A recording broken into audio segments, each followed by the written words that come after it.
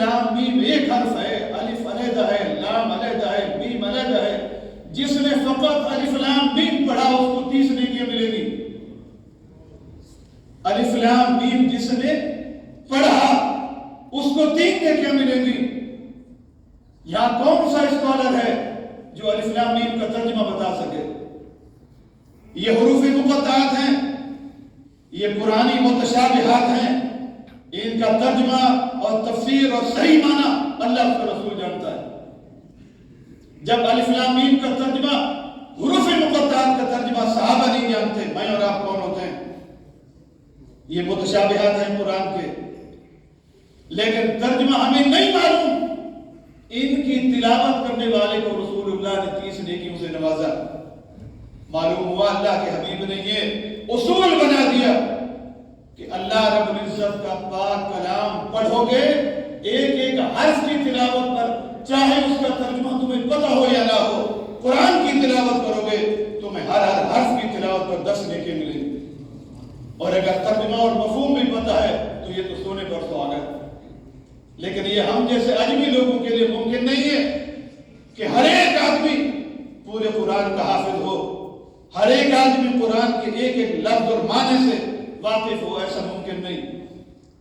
صرف اتنا ترجمہ پہچان لیں جتنا کہ آپ نماز کے اندر قرآن کو صحیح پڑھ سکیں.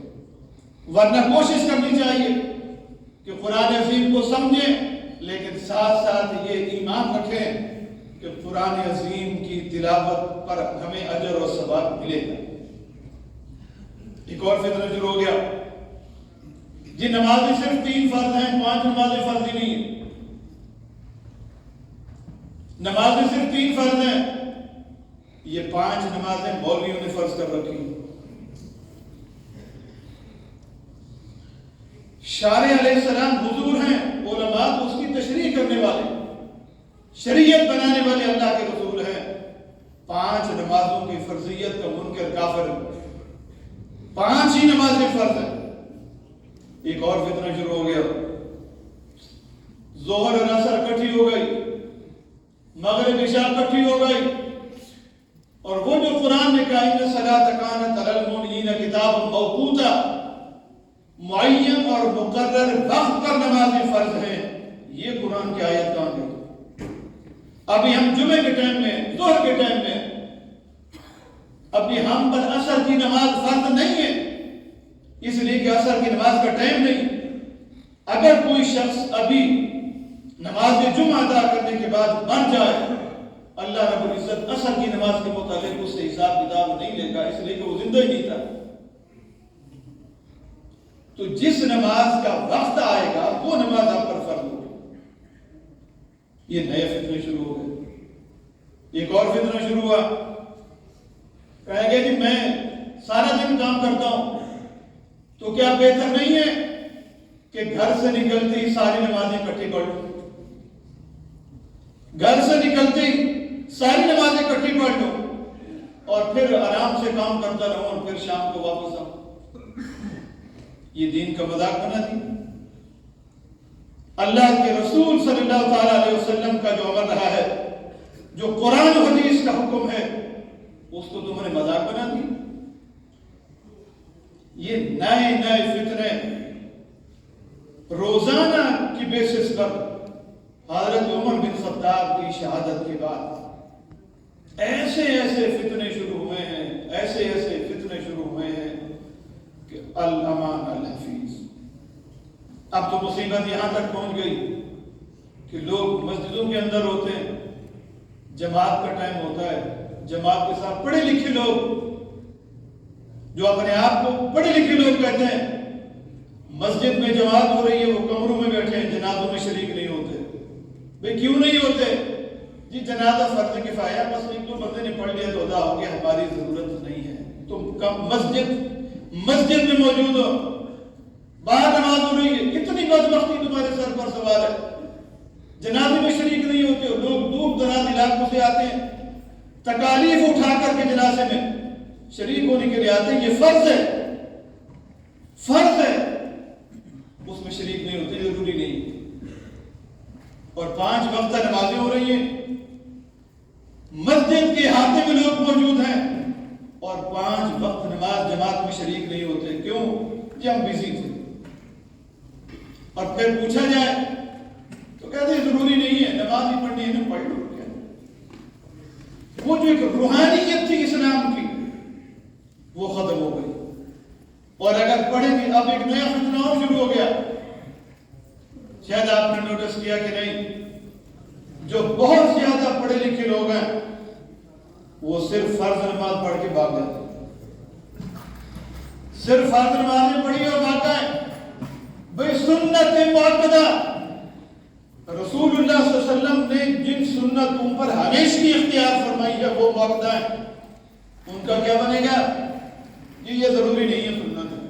چلو نوافل تو یہ صالحین کا طریقہ ہے.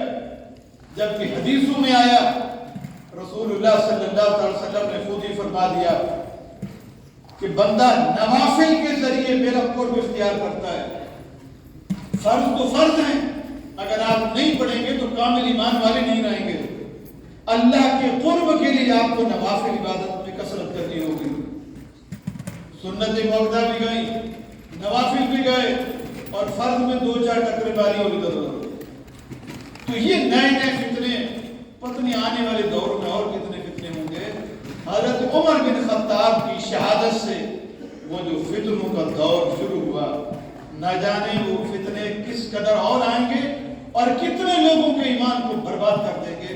وہ جو اسلام کی روحانیت تھی، وہ جو اسلام کے اندر اسلام نے ہمیں ایسا ایک خلوص عطا کیا تھا، ایک ایسا تعلق تھا عبادت کا.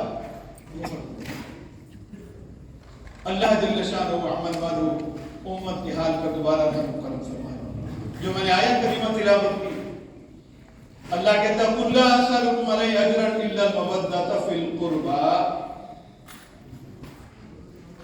حضور صلی اللہ علیہ وسلم کے ہم پر بڑے احسان ہیں. سرکار ہمارے محسن ہیں. اگر حضور تشریف فرما نہ ہوتے، سرکار کی ولادت با سعادت نہ ہوتی، تو میں اور آپ جو ہمارا کریکٹر اور کردار ہے، کوئی باندر ہوتا، کوئی خنزیر ہوتا. کونوا قردۃ خاسئین کے ضابطے کے اندر آ کر کے ہم بھی دنیا سے چلے جاتے، برباد ہو جاتے. ہمارا کردار وہ ہے. اور کبھی آپ نے اگر اتفاق ہو قرآن عظیم کی تفاسیر پڑھنے کا اور پہلی امتوں کے احوال پڑھنے کا اگر کبھی موقع ملے، تو جو پہلی امتیں اللہ نے جن کو باندر بنایا، کونوا قردۃ خاسئین کے ذریعے اللہ نے انسانی شکل و صورت پر رہنے نہیں دیا.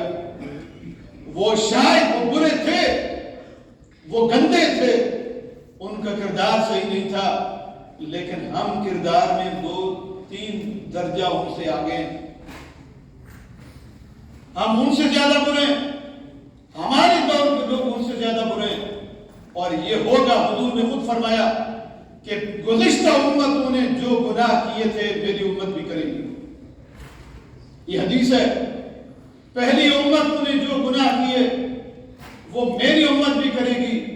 اور میرے آقا نے فرمایا کہ اگر پہلی امتوں میں کسی نے سگی ماں کے ساتھ زنا کیا تھا تو یہ میری امت میں بھی ہوگا، لوگ سگی ماں کے ساتھ زنا کریں گے. وہ برباد ہو جاتے تھے، ان کی شکلیں تبدیل ہو جاتی تھی. کسی پر آسمان سے پتھر برستے اور کسی پر خون کی بارش ہوتی، کسی کے لیے زمینیں پڑ جاتی. میں اور آپ یہ تمام گناہ کرنے کے باوجود بھی آج انسانی شکل و صورت میں موجود ہے. یہ صدقہ ہے محمد عربی. اللہ رب العزت نے فرمایا وَمَا كَانَ اللَّهُ لِيُعَذِّبَهُمْ وَأَنْتَ فِيهِمْ.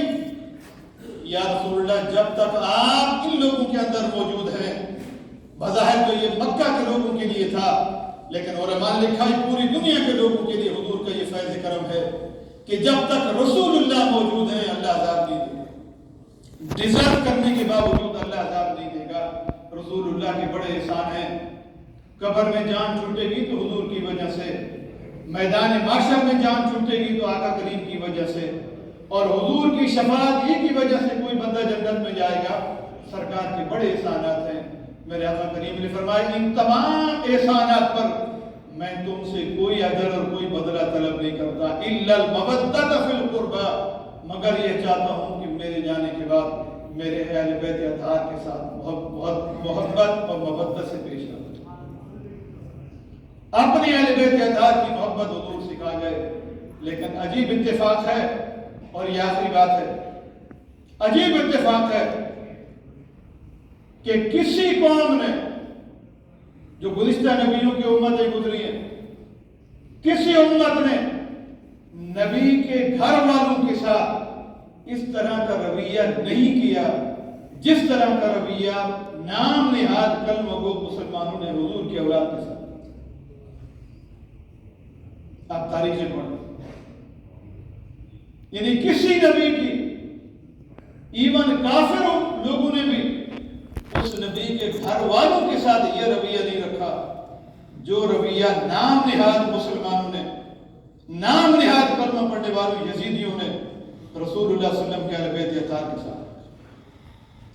بہت بڑا ظلم، لیکن امام علی مقام کا صبر و استقلال، اللہ اکبر۔ حضور نے خود جو دعا فرمائی تھی، اللہم اعط الحسین صبرا و اجرا، یا اللہ حسین کو صبر اور اجر عطا فرما۔ میں کہتا ہوں ایک بندہ فیملی میں اگر چلا جائے، ڈچ ہو جائے، پوری فیملی سنبھل نہیں سکتی، کمر ٹوٹ جاتی ہے، اور ایک بحران ہوتا ہے گھر کے اندر، خاندان کے اندر۔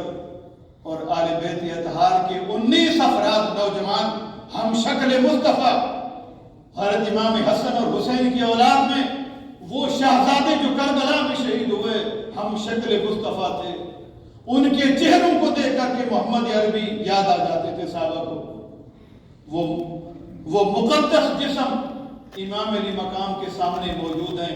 19 تو آپ کے شہزادے اہل بیت خاندان نبوت کے افراد ہیں، اور ویسے 72 شہداء امام علی مقام کے سامنے ہیں، مگر صبر و استقلال اتنا ہے، ایک دفعہ بھی میرے امام کی زبان سے یہ لفظ ادا نہیں ہوئے، یا اللہ یہ ہمیں کس گناہ کی سزا مل گئی۔ یہ کیا ہو گیا؟ یہ صبر تھا جو حضرت امام علی مقام رضی اللہ تعالیٰ عنہ نے دنیا والوں کو سکھا دیا۔ اللہ جل شانہ ورحمہ والہ، حضرت امام علی مقام جس دین کے لیے میرے امام نے قربانی دی، اللہ اس دین کو عزت و وقار عطا فرمائے۔ اذان ہوگی، اذان کے بعد